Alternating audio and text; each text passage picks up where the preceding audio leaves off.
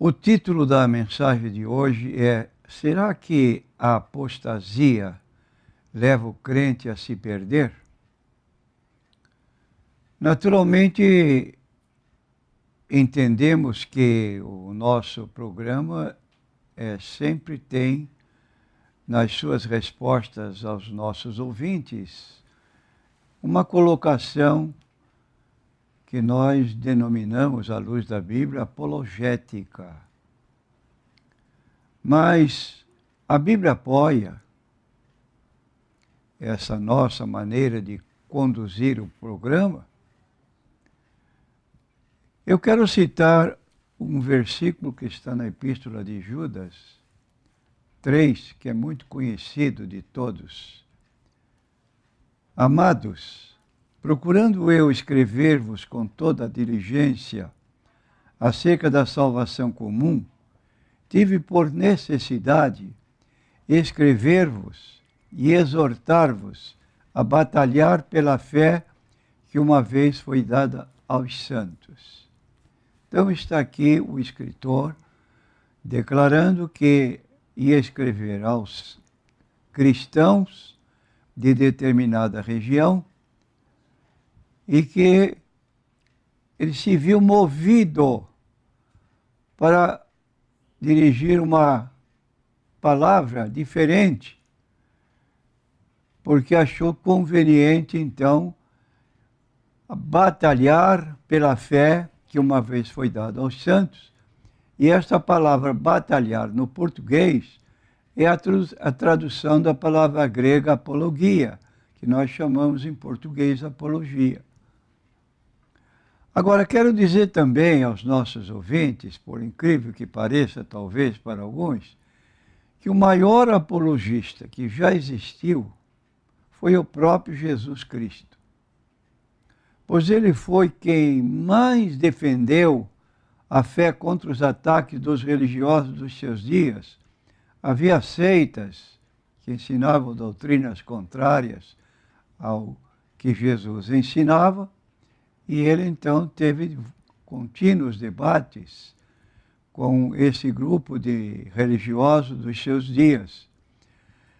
E então temos aí essa colocação, e ele fez a parte que lhe competia dentro do seu próprio ministério.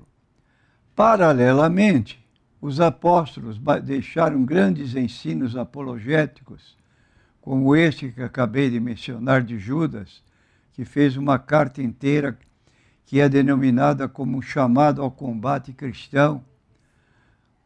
Por outro lado, temos o apóstolo Pedro, que exorta a sabermos responder com mansidão e temor a qualquer pessoa que nos indague a razão da nossa fé. E ele recomenda mais que, santificando a Cristo em nossos corações, estejamos preparados para esse embate. Por sua vez, o maior escritor do Novo Testamento, que escreveu 13 cartas ou 13 epístolas, se nós somarmos a epístola aos Hebreus, que alguns dão como se fosse de sua autoria, nós teríamos 14 epístolas escritas pelo apóstolo Paulo. E Paulo, quase todos os dias, estava nas praças das cidades para debater com filósofos.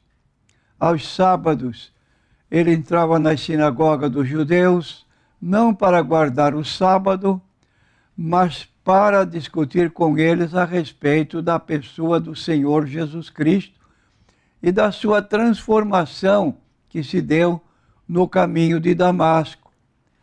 Nós temos também que levar em consideração que este mesmo Paulo se reunia, às vezes, aos domingos com os irmãos, e aí está, então, o que podemos dizer a respeito dos obreiros contemporâneos de Jesus.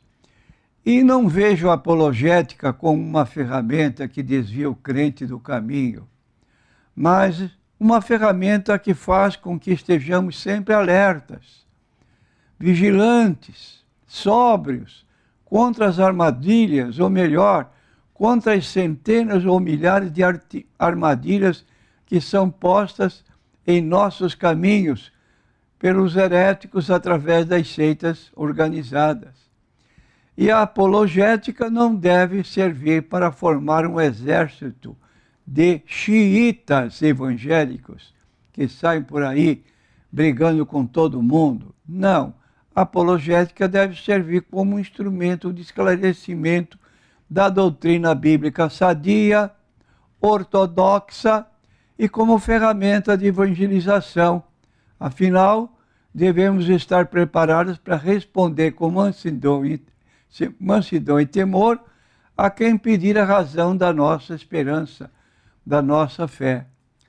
Acredito, pois, que a apologética não leva o crente a se perder, mas o ajuda a encontrar o verdadeiro Deus da Bíblia, livros de estereótipos estabelecidos pela sociedade e pela religiosidade do ser humano. A apologética ajuda o estudante da Bíblia a ver Deus como ele realmente é, não como gostaríamos que fosse, segundo nossa própria vontade e entendimento. Também rechaça a posição dos heréticos com relação à pessoa do Pai, do Filho, do Espírito Santo. E Jesus defendeu a fé quando lhe perguntaram sobre os impostos, e ele disse: dai, pois, a César o que é de César e a Deus o que é de Deus. Queriam colocar Jesus numa enrascada, mas em Mateus 22, 21, ele respondeu com sabedoria: temos deveres para com Deus, temos deveres para com a pátria da qual somos filhos. Jesus defendeu a fé quando disse: meu reino não é deste mundo. Se o meu reino fosse deste mundo, pelejariam os meus servos para que eu não fosse entregue aos judeus, mas agora meu reino não é deste mundo, não é daqui. João 18, versículo 36. Jesus defendeu a fé quando açoitou os comerciantes na porta do templo e disse-lhes: está escrito, minha casa será chamada casa de oração, mas vós a tendes convertido em covil de ladrões. Nós encontramos essa passagem em Mateus 21, versículo 13. Jesus defendeu a fé quando por várias vezes explicou os detalhes e minúcias da Escritura, como nós lemos em Mateus 26, 31. Jesus defendeu a fé quando foi questionado, de acordo com Mateus 22, 24, de modo que a apologética é uma ferramenta que ajuda o crente a pensar de forma coerente, sensata, lógica, correta. A apologética ajuda o crente a conhecer a verdade, e conhecendo a verdade, se chega à liberdade.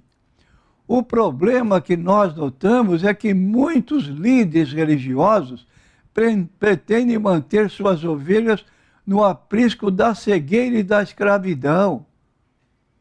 Ora, um pastor de igreja que não sabe nada de apologética, ele não pode prevenir as suas ovelhas quando são informados que determinados crentes estão sendo assediados por seitas heréticas.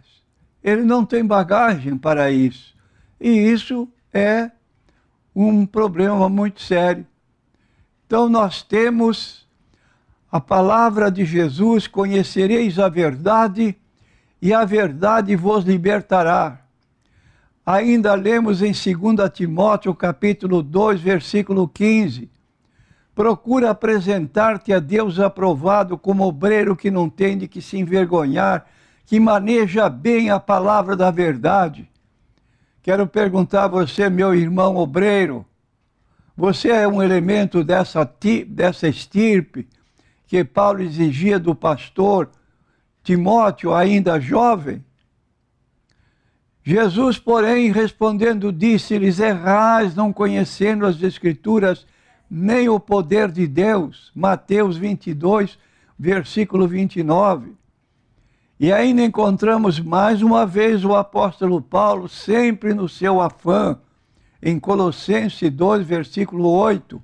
Tende cuidado, para que ninguém vos faça presa sua por meio de filosofias, vãs sutilezas, segundo a tradição dos homens, segundo os rudimentos do mundo e não segundo Cristo.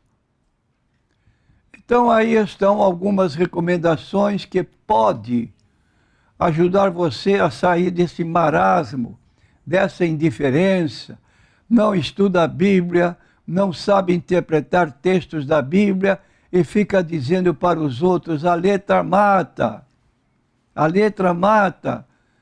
E descansando nessa desculpa, a letra mata.